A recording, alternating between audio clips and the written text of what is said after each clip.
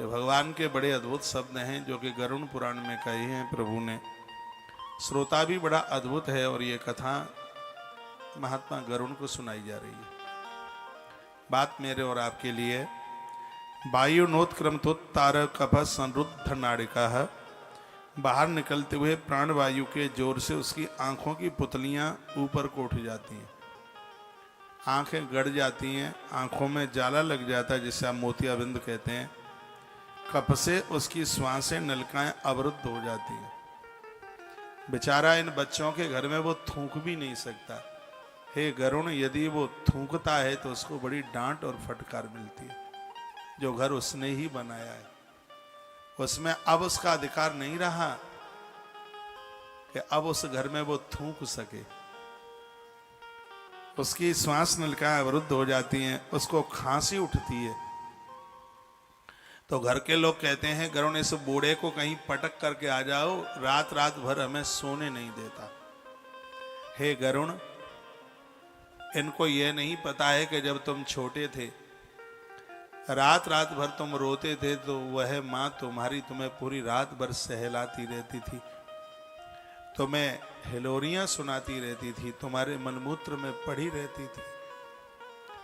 और भगवान यह कह करके रो पड़े कि तुम्हें अपनी छाती का दूध पिला करके जिस माता ने तुम्हें लाड दुलार के साथ में बड़ा किया। हे गरुड़, एक पिता इन बच्चों को भूखा रह रह करके पाल पोस करके बड़ा करता है। जब यह बूढ़े हो जाते हैं और इनको रात में खांसी उठती है तो इन बहू और बेटों के द्वारा उसे डांट मिलती है, उसे फटकार मिलती है। डांट फटकार ही नहीं, उन वृद्ध समय में उन बूढ़ों को घर से बाहर कर दिया जाता है। उस समय वह लंबी लंबी श्वासें लेता है, उसके कंठ में से घुर-घुर की आवाज निकलती है। सयान पर सुक्षब्धि परवीतः स्वबंधुभि बाच मानोपि न ब्रूते काल पास बसंगतः। इतने पर भी वह आदमी मरासू रखा है तो भी अपने बच्चों के लिए यही सोचता है कि इनको कुछ बुरा दिन देखने को न मिले। स्वयं अपमान झेलता हुआ किसी को वो अपने हृदय की बात नहीं बताता कि बच्चों ने मेरा अपमान किया है। वह रोता जरूर है, कष्ट भोगता है। और भगवान ने एक बड़ी अद्भुत यहां बात कही है, लंबे समय तक और जीवन जीने वाला व्यक्ति घर परिवार के कष्टों से जल्दी उसकी मृत्यु हो जाती है। शोक में डूबा हुआ, स्त्री पुत्र की चिंता करता हुआ वह अपने बंधु बांधवों के बीच में सोया हुआ होता है और उसी समय काल फांस के वशीभूत होने के कारण उनके द्वारा पुकारे जाने पर भी वह कुछ नहीं बोल पाता। जब प्राण निकलते हैं तब की कथा शुरू हो गई है। जब व्यक्ति के प्राण बस निकलने वाले हैं, पुतली उसकी चढ़ जाती है। किसी मरते हुए व्यक्ति को आपने देखा हो, भगवान ने गरुड़ को बताया, मुंह ऐसे गड़ जाता है और पुतली ऊपर चढ़ जाती है, कंठ रुक जाता है और वह कुछ बोलना चाहता है लेकिन उसके गले से, उसके कंठ से आवाज नहीं निकलती, वह कुछ नहीं बोल पाता। एवं कुटुंब भरणे व्यापृतात्मा जितेंद्रिय म्रियते रुदताम स्वानः मुर्मेदन्यास्तदि। आजीवन कुटुंब के भरण पोषण में आसक्त रहने वाला यह व्यक्ति मनुष्य अंत में बहुत बड़ी वेदनाओं को झेलता है और वह अपने रोते बिलखते हुए परिवार को देखता है। पुतली चढ़ी हुई आंखों में से आंसू ढरक के नीचे आ जाते हैं। वो बोलता जरूर नहीं है, ये भगवान बता रहे हैं, बिल्कुल मरणासन्न है और अपने परिवार के उस मोह को, लोगों को चीखते हुए रुदन करते हुए देखता है जीव। वह व्यक्ति तो उसकी आंख में से अश्रु धारा बहती है। लेकिन दुर्भाग्य की बात है कि इतने पर भी यह जीव मुझे याद नहीं करता। उसको अभी भी डूबते हुए हाथी की तरह ऐसे ही लगता है कि ये परिवार के लोग मुझे बचा लेंगे। लेकिन हे गरुड़, ऐसा संभव नहीं है। बिलखते हुए बांधवों के बीच में और आखिर में वह मौत को प्राप्त हो जाता है, वो मर जाता है। भगवान कहते हैं तस्मिन् नंत क्षणे तार्क्ष देवी दृष्टि प्रजायते एकी भूतम जगत पश्येद ना किंचित वक्त मीहते। जिस समय व्यक्ति की मृत्यु होती है, हे गरुण, उन क्षणों में उसे देवीय दृष्टि प्राप्त हो जाती है। मरने के तत्पश्चात जब वह मौत को प्राप्त होता है तो उसको अपने कई जन्मों का होश आ जाता है। जिस समय उस जीव की मृत्यु होती है तो उसको कई जन्मों का उसे होश आ जाता है, कई जन्मों की उसे याद आ जाती है। उसे पता उस समय चलता है मैं कौन से जन्म में क्या था और मैंने कितने कष्ट भोगे। हे गरुण, मृत्यु होते ही उस जीव को देवीय दृष्टि प्राप्त हो जाती है और वह चकित हो जाता है। मरने के बाद तो वह क्या मुख से बोलेगा। विकलेंद्रिय संगाते चैतन्य जड़ताम गते। यमदूतों को निकट आ जाने के कारण अपनी इंद्रियों से निष्क्रिय हो जाता है, जड़ीभूत हो जाता है और उसके प्राण पखेरु भी चलायमान हो जाते हैं। यहाँ गरुड़ पुराण में एक बड़ी अच्छी बात कही। इसमें लिखा है कि व्यक्ति का जन्म 9 से 10 महीने में, इसमें 10 महीना लिखा है।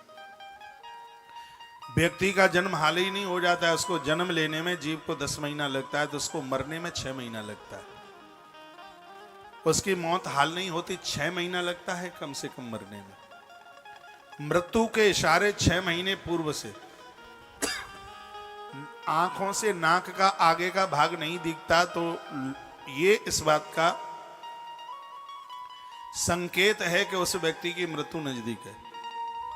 कान में उंगली डालने से झाई सुनाई न पड़े तो समझ लो कि उसकी मृत्यु निकट है। दिया बुझ जाए, उसकी गंध नाक न पकड़े, समझ लो कि मृत्यु नजदीक है। आकाश में ध्रुव तारा दिखाई न दे, समझ लीजिए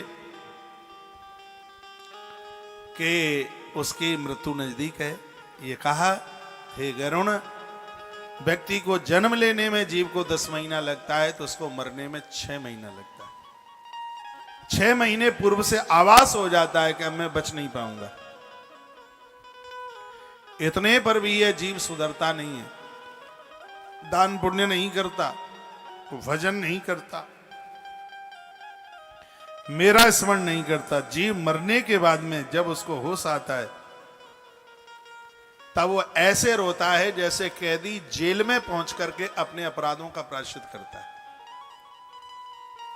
वो कहता है कि मैं ऐसा ना करता होता तो मुझे क्यों हथकड़ी बेड़ी डाली जाती, मैं यहां क्यों आता।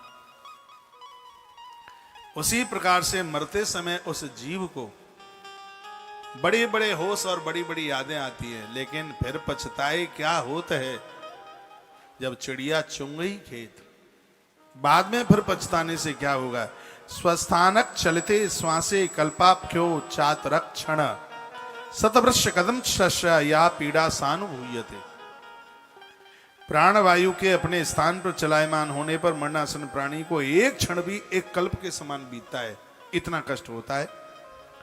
एक साथ करोड़ करोड़ बिच्छू के डसने से जो पीड़ा होती है, प्राण छोड़ने पर जीव को उतनी वेदना होती है।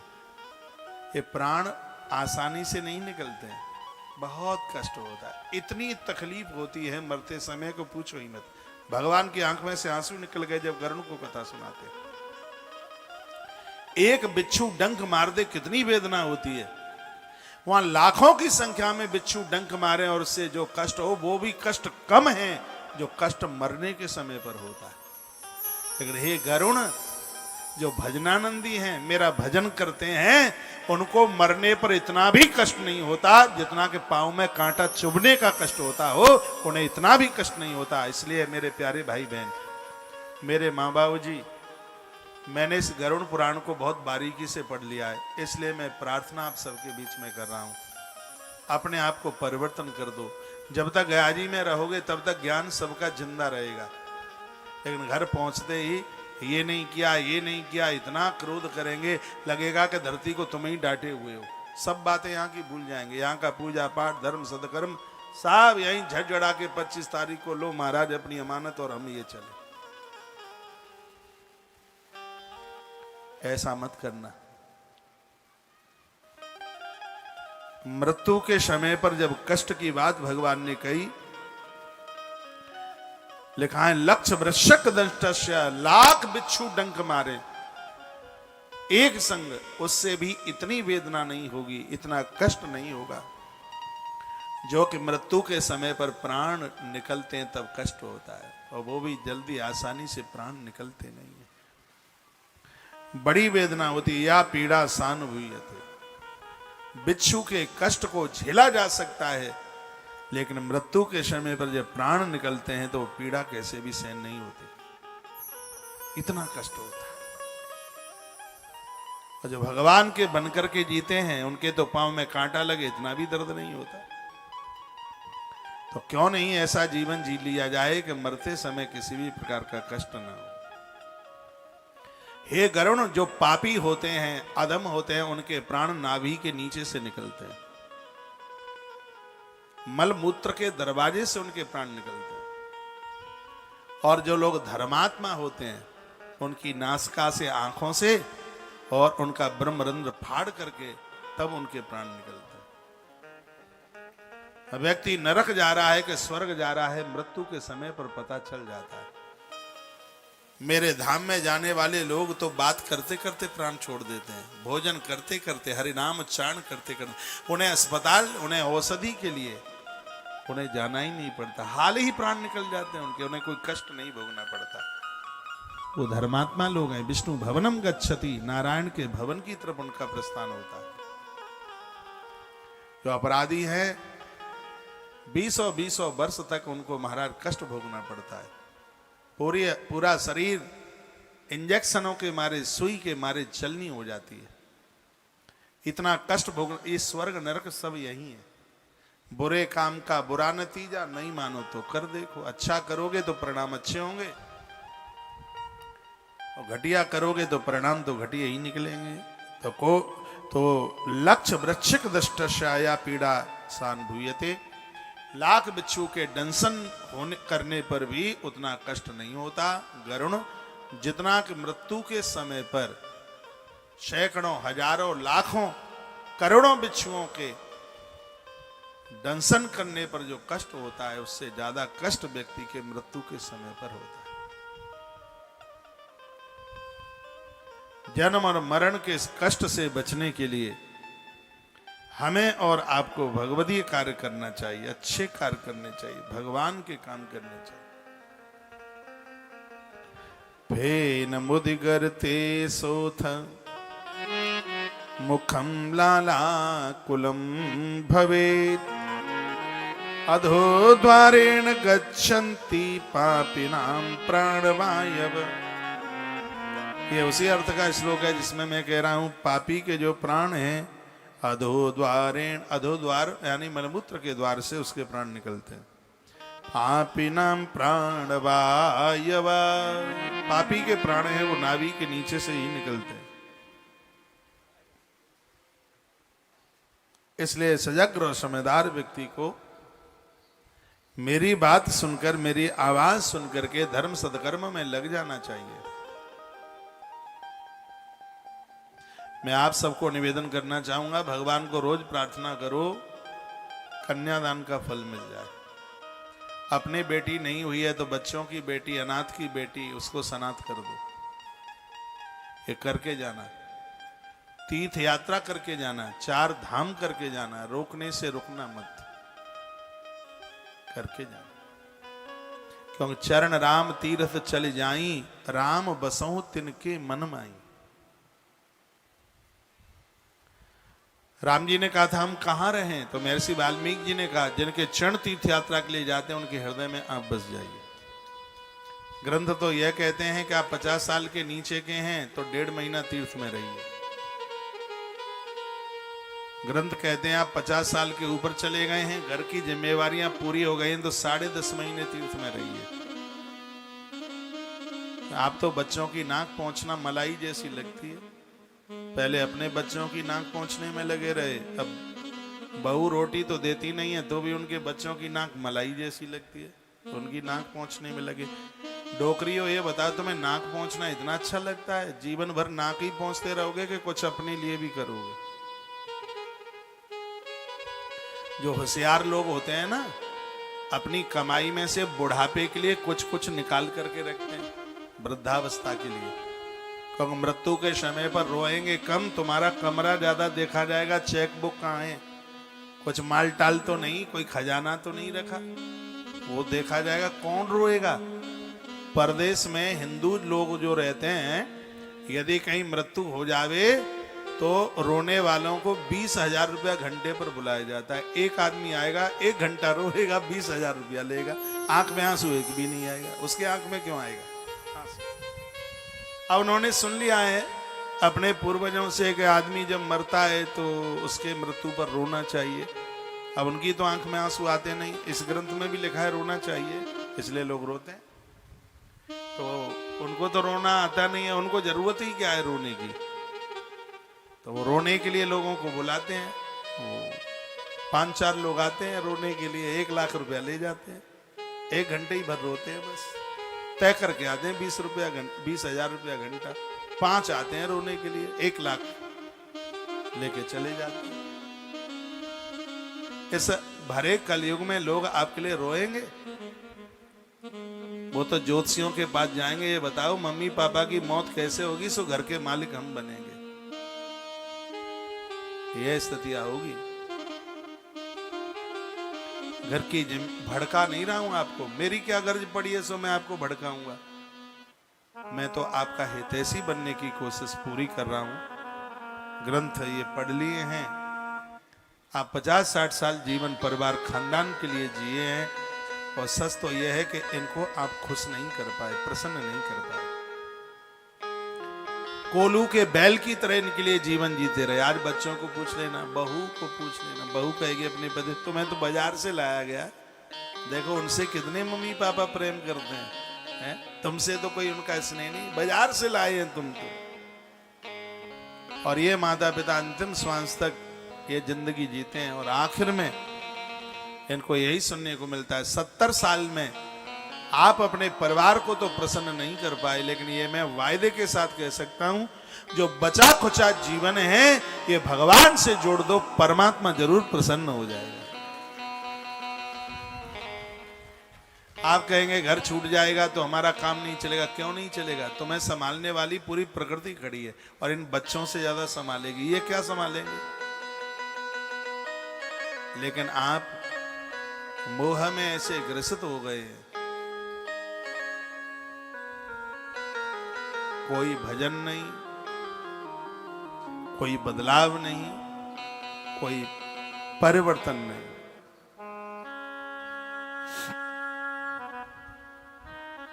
अभी समझ में नहीं आ रहा है, समझ में तब आएगा जब मरने का समय आ जाएगा। तो 1 गिलास पानी पिलाने वाला नहीं होगा कोई, मान लो हमारी बात, 1 लोटा कोई दे दे, 1 गिलास दे दे पानी का, लगता नहीं है। और इस भरे कलयुग में तो कोई सवाल ही नहीं उठता। ससुराल प्यारी लगी जब थे, तुम तो नकली माई बाप होंगे, असली माँ घरवाली की मम्मी होगी, असली माँ। उसको मम्मी जी, मम्मी जी, मम्मी जी, मम्मी जी कह के बोला जाएगा। तुम्हें कौन पूछेगा? तुमने विरोध किया नहीं कि पीठ पे थपारी पड़ी नहीं, तुम कौन होते हो विरोध करने वाले? और वही घरवालियां अपनी ससुराल में रह पाएंगी जिनके घरवाले उसके पियर की बड़ाई करते रहेंगे, नहीं तो देवियां घर में कहां रहेंगी। आने वाला समय बड़े खतरे में भरा हुआ है, इसलिए मुक्ति का कोई तो उपाय कर ले और थोड़ा थोड़ा हरि का भजन कर ले। ये बातें स्वयं भगवान नारायण बोले हैं, तो उनकी बात का तो अमल हो। बिल्कुल भी टाइम ना हो, गली मोहल्ले आसपास मंदिर है, उन मंदिरों में जाते रहिए तो ये थोड़ी हड्डी पसलियां काम करती रहेंगी, क्योंकि मशीन को भी बंद करके डाल दो तो कबाड़ा हो जाएगा। थोड़ा पैदल पैदल चलिए, मंदिरों तक जाइए, बंधन पूजा पाठ कीजिए। और ये बच्चे नहीं मानते हैं तो दुख मत जताइए, ये भी कोई राह होगा प्रारब्ध, अपने आप को ईश्वर से जोड़ दीजिए। ये धरती पर वही चल पाएंगे जो भगवान से जुड़े हैं। विद्युत तार काट दो तो सगरे पंखे बंद हो जाएंगे। और यही इस जिंदगी की स्थिति है। इसलिए मैं इस श्री गया जी की पावन भूमि से आग्रह पूर्वक निवेदन कर रहा हूं, लाख लाख करोड़ करोड़ बिच्छू के डंक के दुख से हम बचें, तो उसके लिए अब हम अपना परिवर्तन कर लें, बदलाव कर लें। प्रभु भजन, आराधना, साधना, अच्छे काम, अच्छा चिंतन, ऐसा जीवन जिए। दुनियादारी के लिए बहुत जीवन जी ले, जीवन जीते जीते तो हाल ही बूढ़े हो गए, पता ही नहीं लगा। मैंने देखा 6 साल पहले इतने जवान थे और 6 साल बाद में गया जी आया तो पोपले हो गए। मैं एक दादाजी को पूछ रहा था, जहां मैं रहता हूं उसी गली में आगे रहते हैं। मैंने कहा अरे मैंने आपको 2011 में देखा, पहली बार मैं 11 में आया था कथा करने को गया जी में। तो मैंने कहा आप तो इतने युवान थे, इतने जवान थे, आपको क्या हो गया है? बस बस बस ऐसा ही है। मैंने कहा ऐसा कैसे है? बताते हैं बच्चे बड़े नालायक हो गए हैं और बड़ा कष्ट है, बड़ी दिक्कत, बड़ी परेशानी है। वो अपनी पूरी बात बताते, यही स्थिति हो जाती है। तो भगवान कहने लगे कि यमदूतहु तदा प्राप्तहु भीमौ संब्रह्म से क्षणौ पास दंड धरऊ नग्नहु दंत ही कटकटायतहु। भगवान ने कहा कि प्राण छूटते समय कितने दूत लेने के लिए आते हैं? यह गरुड़ पुराण में लिखा है, एक नहीं आता, 2 आते हैं, और दोनों एक से एक भयानक होते हैं। 2 आते हैं लेने के लिए। भगवान ने कहा यमदूतौ तथा प्राप्तो भीमुम संभ्रवक्षणौ पास दंड धरौ नग्नौ दंतै कटकटाए थे। उनकी देह पर वस्त्र नहीं होता, बेवस्त्र होते हैं, उनकी देह पर कोई कपड़ा नहीं होता। और वह यमदूत क्रोधपूर्ण लाल लाल आंखें होती हैं और हाथों में फांस और दंड धारण किए होते हैं, निर्वस्त्र होते हैं, दांत कटकटाते हुए होते हैं। उनके ऊपर को होठ केस वाले कौए के समान काले और उनका टेढ़ा मुख होता है। ये ठोड़ी यहां नहीं होती, ऐसे घूम के ठोड़ी यहां होती है और ये माथा यहां होता है। बिल्कुल उनकी आकृति टेढ़ी होती है, जिनको देखते ही महाराज आधे से तो ज्यादा प्राण वैसे ही निकल जाएं, इतने भयानक होते हैं। उन्हें देखकर भयाक्रांत हृदय वाला वह मरणासन पापी मनुष्य उसी समय मलमूत्र त्याग देता है। इसमें लिखा है कि मरते समय यदि वस्त्रों में, कपड़ों में किसी का मलमूत्र निकल जाए तो समझ लेना 1000% वह व्यक्ति नरक गया है। उसको यम के दूत ही लेने के लिए आए हैं। मृत्यु के समय पर यमराज के दूतों के भय से ही मलमूत्र वस्त्रों में निकलता है। पेट खराब हुआ इसलिए नहीं, क्योंकि बुढ़ापे में तो पेट में कुछ होता ही नहीं है, तो निकलेगा कहां से? कुछ खाता ही कहां है वो। वृद्धा अवस्था में मरते समय यदि वस्त्रों में मलमूत्र का त्याग हुआ है तो एक कन्फर्म बात है कि वह व्यक्ति नरकगामी बना है और उसको यमराज के दूत लेने के लिए आए हैं। ऐसा भगवान नारायण गरुड़ देव को कह रहे हैं।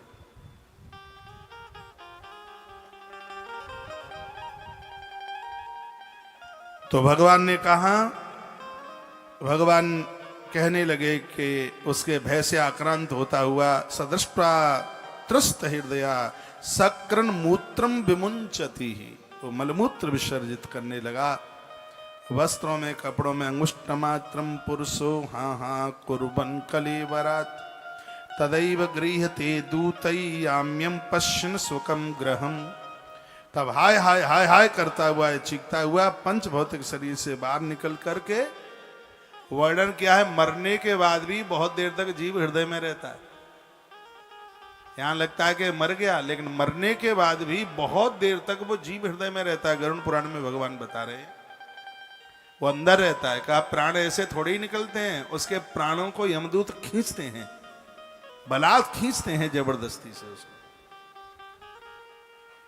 आपने देखा हो कि जब आदमी मरता है, इसमें वर्णन है, तो उसका मुंह एकदम ऐसे करता, ऐसे उसका मुंह खुलता है, श्वास ऊपर चढ़ती है, नीचे उतरती है। वो क्या है? उस समय यमराज के दूत उसको घसीटा मार मार करके उसको खींचते, मुंह खुला का खुला रह जाता, जबरदस्ती से उसके प्राणों को खींचा जा रहा है। इसमें लिखा है कि जिस समय व्यक्ति के प्राणों को खींचा जाता है तो सूक्ष्म रूप से उसकी आकृति अंगूठे के बराबर होती है। जितना बड़ा ये अंगूठा है, अंगूठे के बराबर उसकी आकृति होती है। पुरुष अपने घर को देखने लगता है और उस समय वो इतनी जोर से रोता है, वो मोह होता है क्योंकि मकान उसने बनाया। उस समय उसकी पूरी निगाहें, पूरी दृष्टि उस मकान के ऊपर घूमती है और वह रोता है कि घर के लोग मुझे बचा क्यों नहीं रहे हैं, ये लोग मुझे मार रहे हैं और ये बचा नहीं रहे हैं। घर के लोगों की हिम्मत क्या है कि वो बचा लें। वो गजेंद्र मोक्ष की एक कथा है भागवत जी में, वो इसी से संबंधित तो है। हाथी पूरा का पूरा चला गया, अंदर डूब रहा था, तब सब खानदानी परिवार के लोगों को बुला रहा था, बचा लो बचा लो। कोई नहीं बचा पाया। मृत्यु के समय पर यही स्थिति है। किसी को आपने कितना भी कमा करके दे दिया हो, किसी से कितनी भी प्रीति हो, ये संसार नहीं बचा पाएगा, इसकी ताकत ही नहीं है। कोई गलत काम कर दे और पुलिस वाले पकड़ने के लिए आ जाए तो बाप चाहे जितना रोता रहे, लटक जाए पुलिस वाले के पांव से। यदि अपराध किया है तो खींच करके वो ले ही जाएगा, वह छोड़ने वाला नहीं है। जिसने अपराध किया है, यम के दूत उसको घसीट करके ले जाते हैं। भगवान नारायण कहते हैं, गरुड़ उस समय मुझे बड़ा कष्ट होता है क्योंकि इस जीव को मैंने अपनी संतान माना है। इसकी उस स्थिति को देख करके मुझे बड़ा कष्ट होता है, मेरी आंख में आंसू होते हैं, जीव छटपटाता है। अंगुष्ठ मात्रम पुरुष हा कुर्वन कलेवराध, हाहाकार करता है, चीखता है, चिल्लाता है, मुझे कोई बचा लो बचा लो, मुझे कोई बचा लो। तदैव गृह्यते दूतयामी पश्यन् सुखम ग्रहम। लेकिन जबरदस्ती से यमराज के वह दूत उसको फांस में बांध लेते हैं, उसको जकड़ लेते हैं।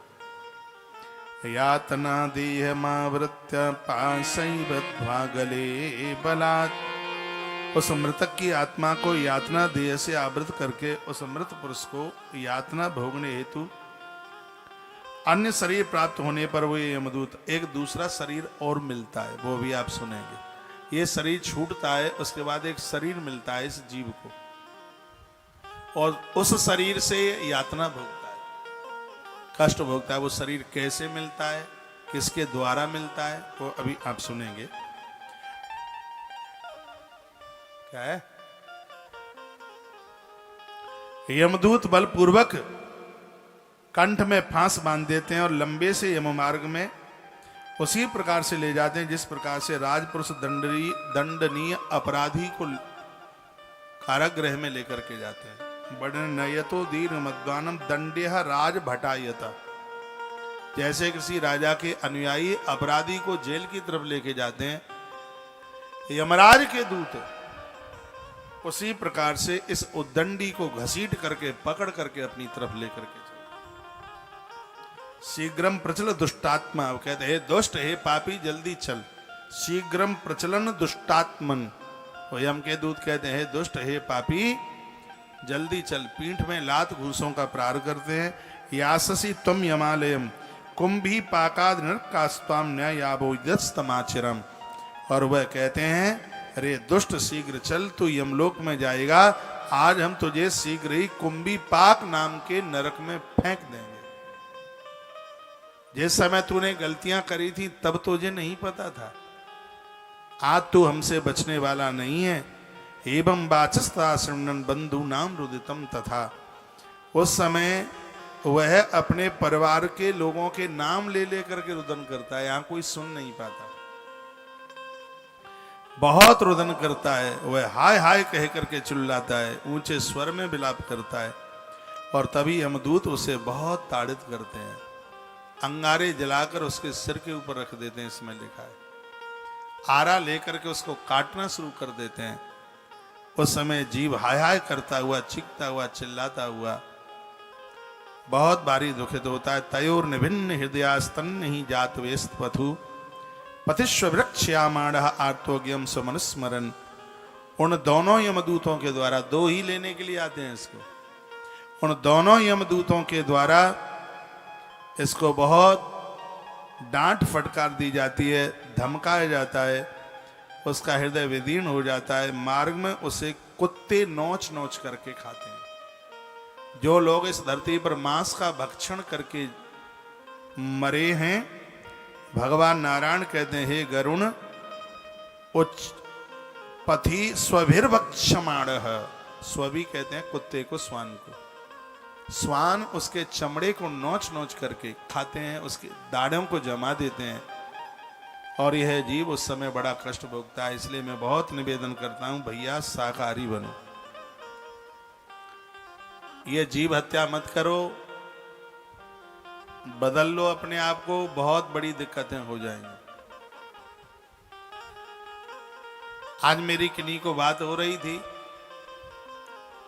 आज देश में स्कूलों में अन्न बांटा जाता है, रोटियां बनाई जाती हैं, खाई जाती हैं, हर शुक्रवार को स्कूलों में अंडे बांटे जाते हैं। ये क्या कर रही हैं सरकारें?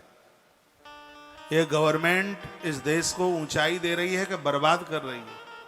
छोटे छोटे बच्चे 7-7, 8-8 साल की जिनकी उम्र है, और उनको स्कूलों में हर शुक्रवार को अंडे बांटे जा रहे हैं। यहाँ के स्थानीय लोग गर्दन हिला रहे हैं, क्योंकि इनको पता है ये क्या दे रहे हैं, इस देश को क्या दे रहे हैं। ये मार करके छोड़ेंगे कि इस देश को जीने नहीं देंगे।